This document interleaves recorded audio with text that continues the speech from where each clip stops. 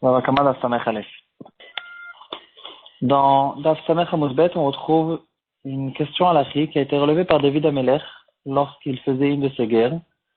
Et le passouk, il nous explique pas quelle était exactement la question. La Gemara donne plusieurs possibilités. Et de ces choses-là, on apprend des halachot qui peuvent nous concerner aussi à nous. Toutes sortes d'halachot qui concernent le chod Gezel ou d'autres halachot. Aujourd'hui, on va s'attarder sur une des explications de la Gemara.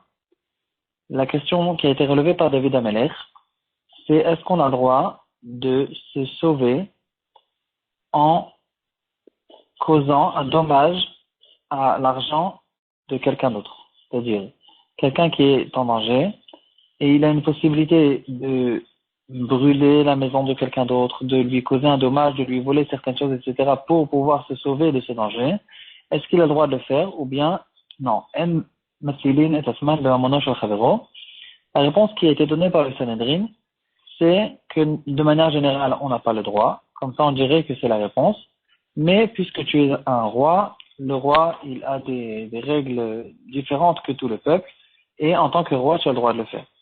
En tout cas, on voit ici une très belle histoire, comment David Amelech, il faisait attention à toutes, jusqu'à la dernière des halachot, même en pleine guerre.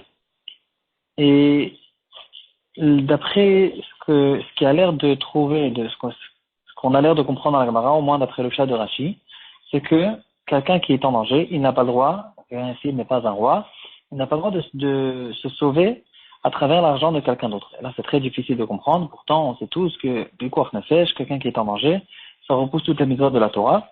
Et donc, comment est-ce possible que on dit à quelqu'un de ne pas causer de n'importe quel dommage à quelqu'un d'autre dans un cas de danger? Dans Tosfot,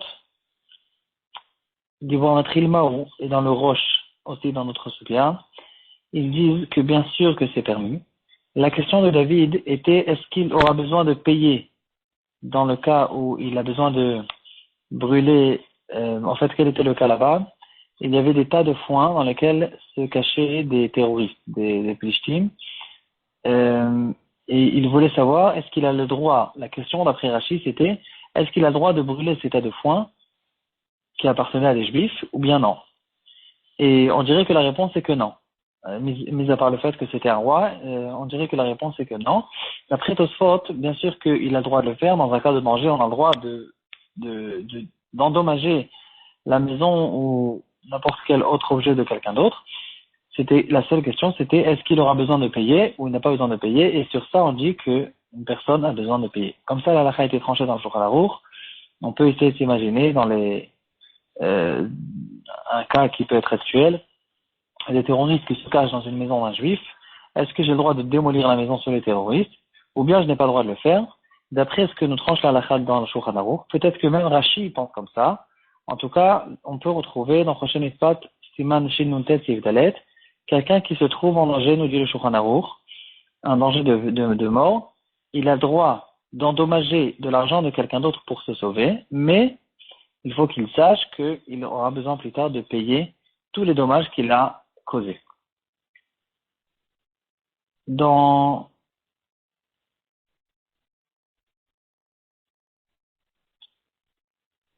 le shoot du Khatam Sofer, on retrouve une histoire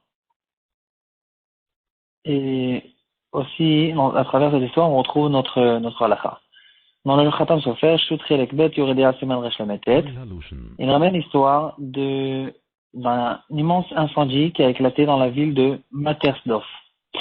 Ça s'est passé le Yutret Adar Bet Tav Kuf Samerbet, donc il y a 222 ans. Et il y a l'incendie qui a brûlé des rues entières de maisons de juifs, des maisons qui étaient faites de bois.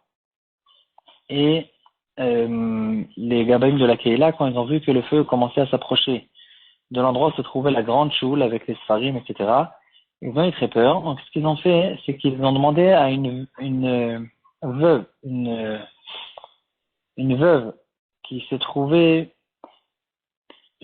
sa maison était la maison qui était juste à côté de la choule, et ils lui ont demandé d'enlever son toit, qui était inflammable, afin que si le feu s'approche, il y ait plus de possibilités d'essayer de l'éteindre, de l'arrêter, avant que le feu arrive jusqu'à la choule. C'est ce qu'ils ont fait, ils lui ont démonté complètement tout le toit.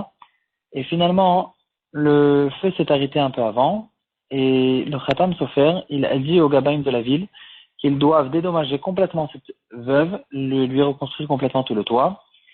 Et en fait, il ramène notre halakha, il dit que c'est vrai que même dans une situation de pikuach nefesh, on a le droit de causer un dommage à quelqu'un, mais même si c'était un pikuach nefesh, il doit payer, qu'elle va remettre dans notre cas, ou c'était pas forcément un pikuach nefesh, c'était pour sauver la choule. Ici, dans ce cas-là, bien sûr que le paiement il doit être fait de manière complète, ils doivent dédommager complètement cette veuve et lui payer. Mis à part le fait, nous dit le Khatam Sofer, qu'il est très possible que le feu ne serait pas arrivé jusqu'à la maison de cette veuve, surtout à cause du fait que c'est possible que le fait qu'elle habite à côté du Djoul, ça lui fait une protection spéciale qui lui a regardé sa maison elle-même de ne pas être prise par le feu. Donc même si eux, ils étaient intéressés de dire que de toute façon sa maison elle aurait pris feu et donc on n'a pas besoin de lui payer son toit, leur dit le Khatam Sofer, premièrement, le fait que vous avez sorti le toit de cette maison, même si vous avez peut-être vous avez eu le droit de le faire, le paiement, il doit être fait. Deuxièmement, il est même pas sûr que le feu, il serait arrivé, surtout à cause du fait que Tov la Sadiq, Tov le Shkeno, il est très possible que la proximité de cette femme à la choule lui recevait sa maison aussi.